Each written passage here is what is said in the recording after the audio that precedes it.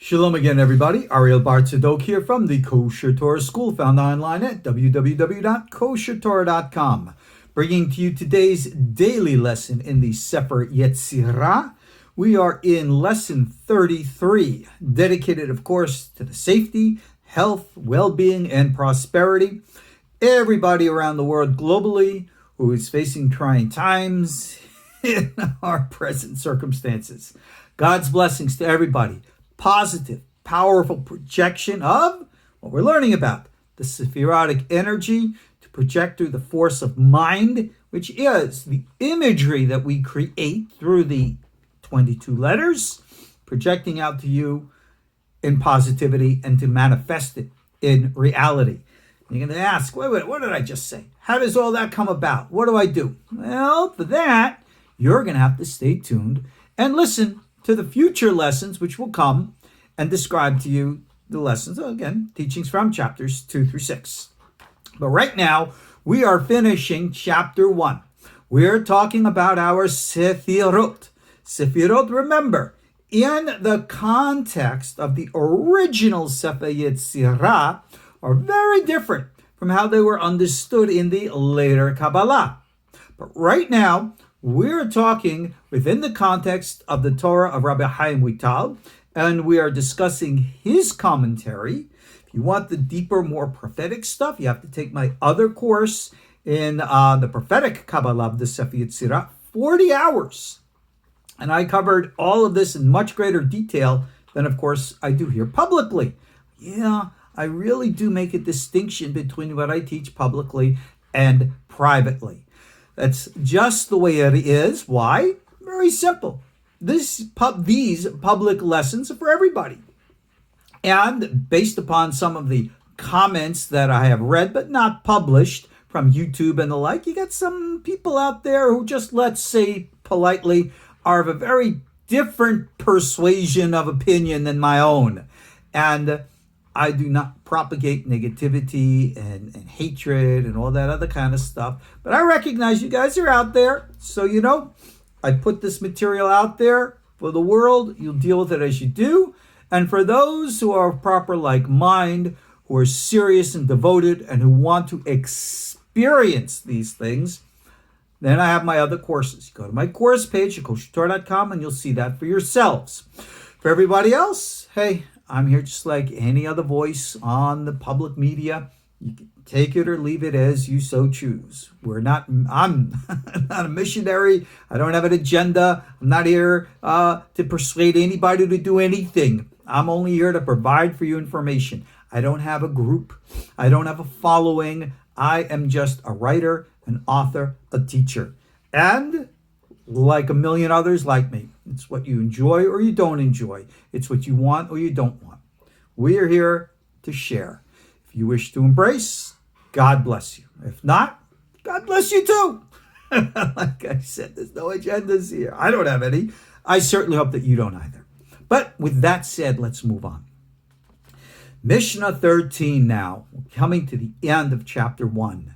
And all this talk of what we've discussed, we had spirit, Holy Spirit, spirit to spirit, spirit to water, spirit to fire, all of this symbolic metaphors to try to outline for us the concept of what we've referred to in our earlier classes as HaDaR, Hesed, Din, and Rachamim, or if you will, a right, left, and center, thesis, antithesis, synthesis, the secret of the ultimate pyramid. But the pyramid doesn't start like this and go like that.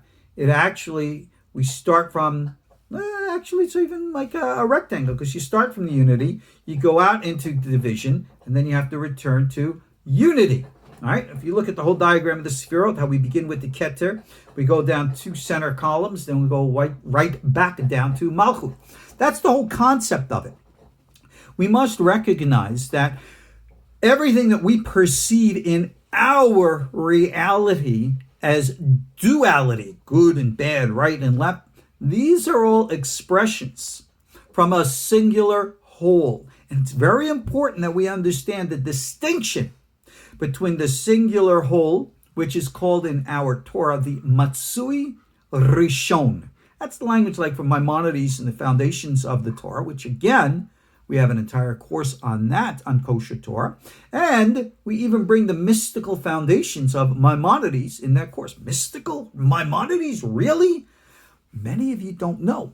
Maimonides was not a Zoharic Kabbalist, that's for sure. But many of his ideas and concepts from the Guide to the Perplexed, More Nebuchim, which we have classes on as well as in his Foundations of Torah, do come from those, in quote, Greek philosophical sources, which are also the foundation of later Zoharic mysticism. So yeah, there is a mystical element within Rambam, Maimonides, the rationalist. And it's not, what's the word I'm trying to get? They're not opposites, all right? Matter of fact, if you look at our KosherTorah.com logo, it says making the mystical rational, yeah, I think that's yeah. I love raw live stuff. If I'm gonna mess up, you're gonna see it, and that's what I like, because that shows you what real life is about. Making the mystical rational, that's how I put it. Because if you can't take that nebulous stuff and crystallize it in the form, then you're not taking the Sefirot and properly materializing them in the letters to manifest that which we need. So how do we do this? What's it all about? Let's discuss Mishnah 13. Berer shlosh otiyot mina peshutot besod shlosh amot emesh. There is a sifting, a choosing, if you will, of 3 specific letters from the pashutot. Remember, we had 3 categories of letters: the horizontals and the diagonals and the vertical. The horizontal, I love messing up. The verticals, the horizontals, and then the diagonals.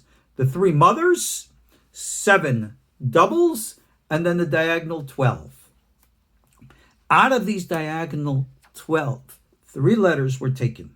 This is the secret, it says here, of the mother letters Aleph, Mem, Shin, which, of course, we'll discuss far more about in later chapters.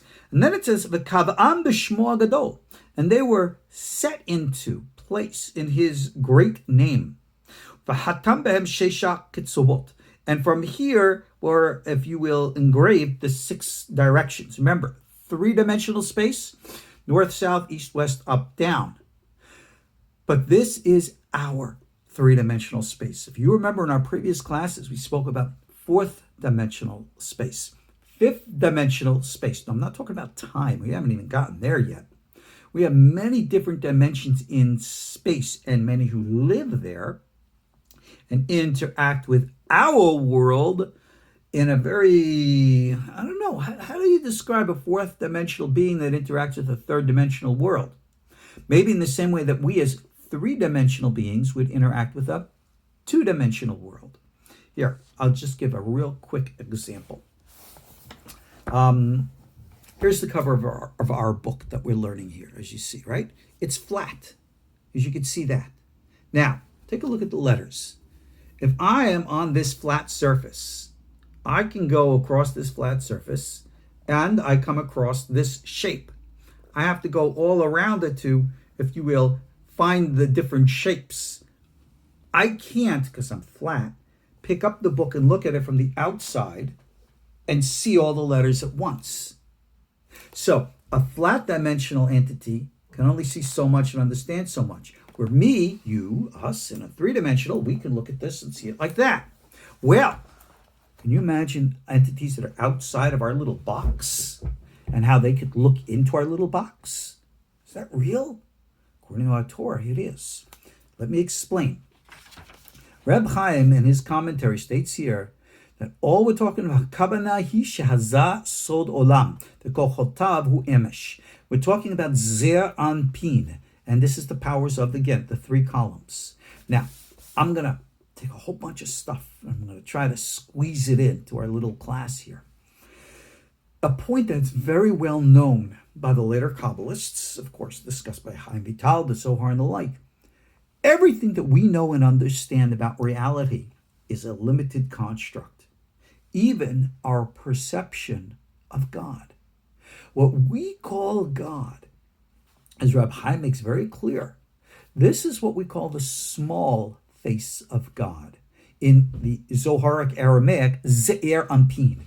You remember the biblical story. Moses asks God, show me your kavod, your real power.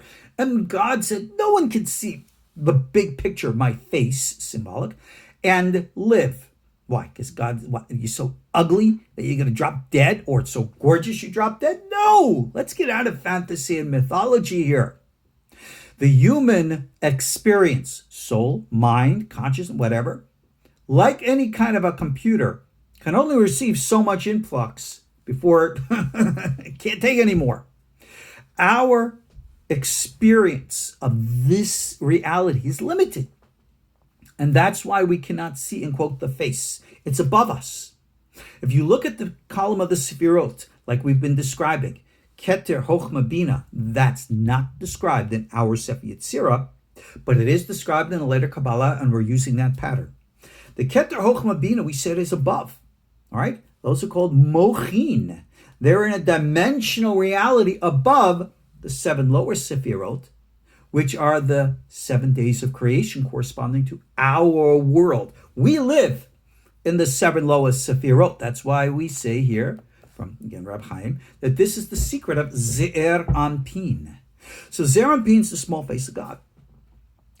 We perceive only the small face of God, but there's a bigger face that we don't see, a higher universe, those higher 4th, 5th, and other dimensions which are above ours. We are, in essence, locked in by present consciousness to this 3-dimensional world. And yeah, we can work with it, etc., and so on.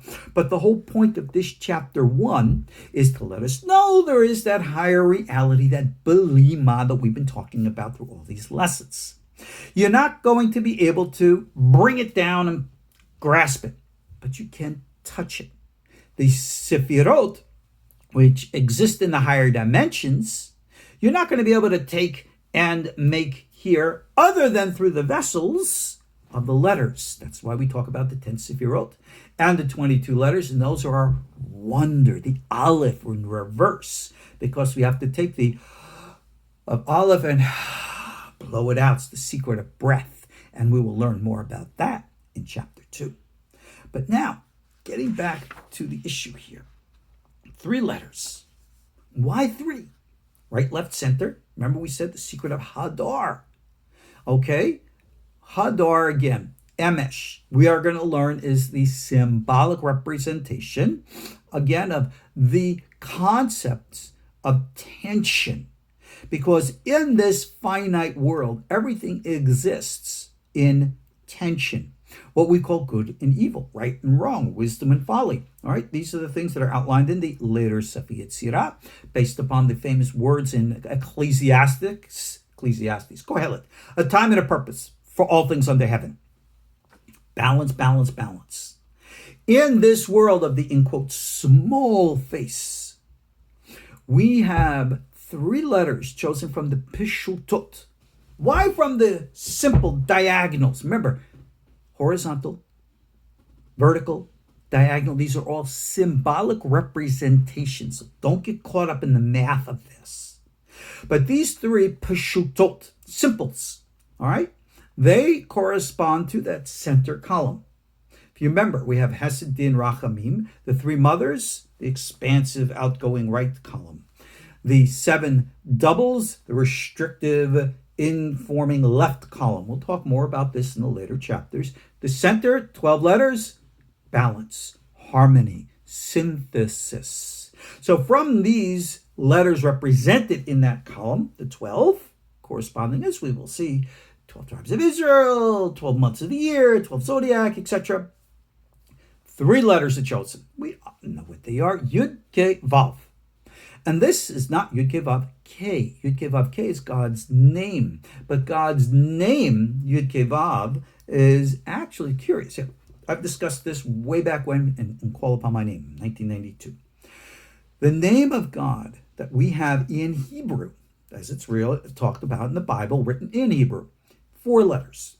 It is based upon a root Hebrew verb, He, Vav, He, which is the verb hove, which is to be, lihiot. We do not say in Hebrew like we do in English, I am. You would not therefore say ani hoveh. But you're very familiar with the future tense. I will be. Ehyeh.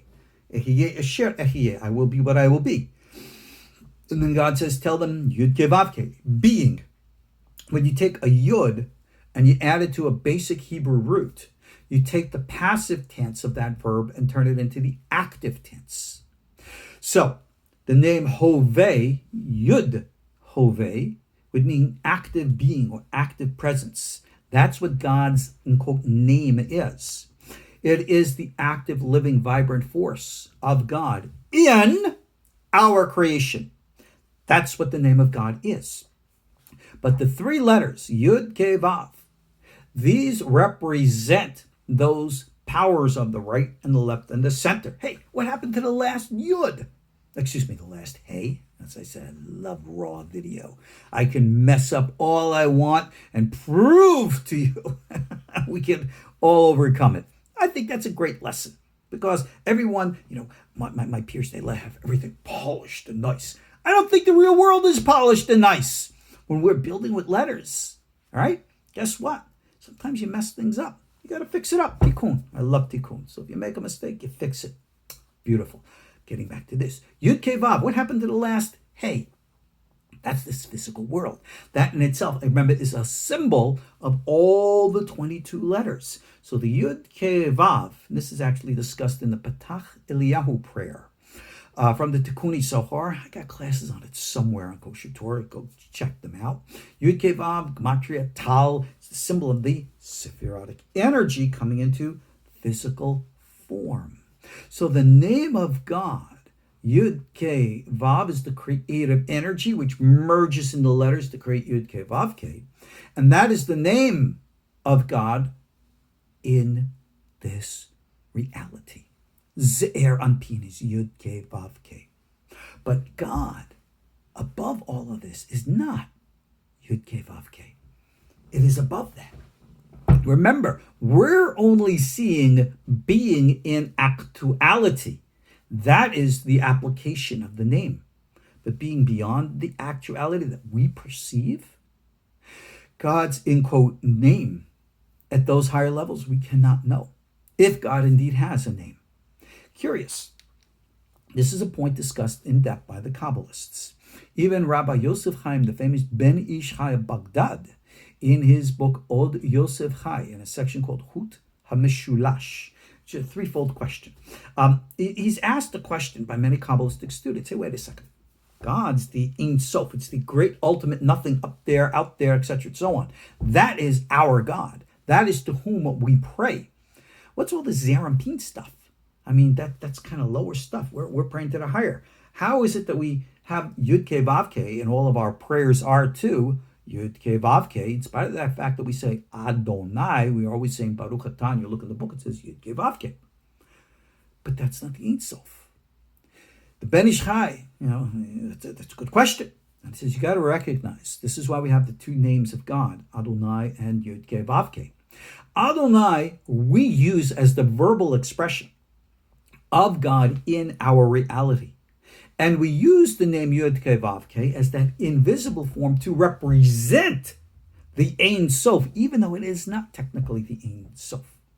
And a point that's made in the Kabbalah.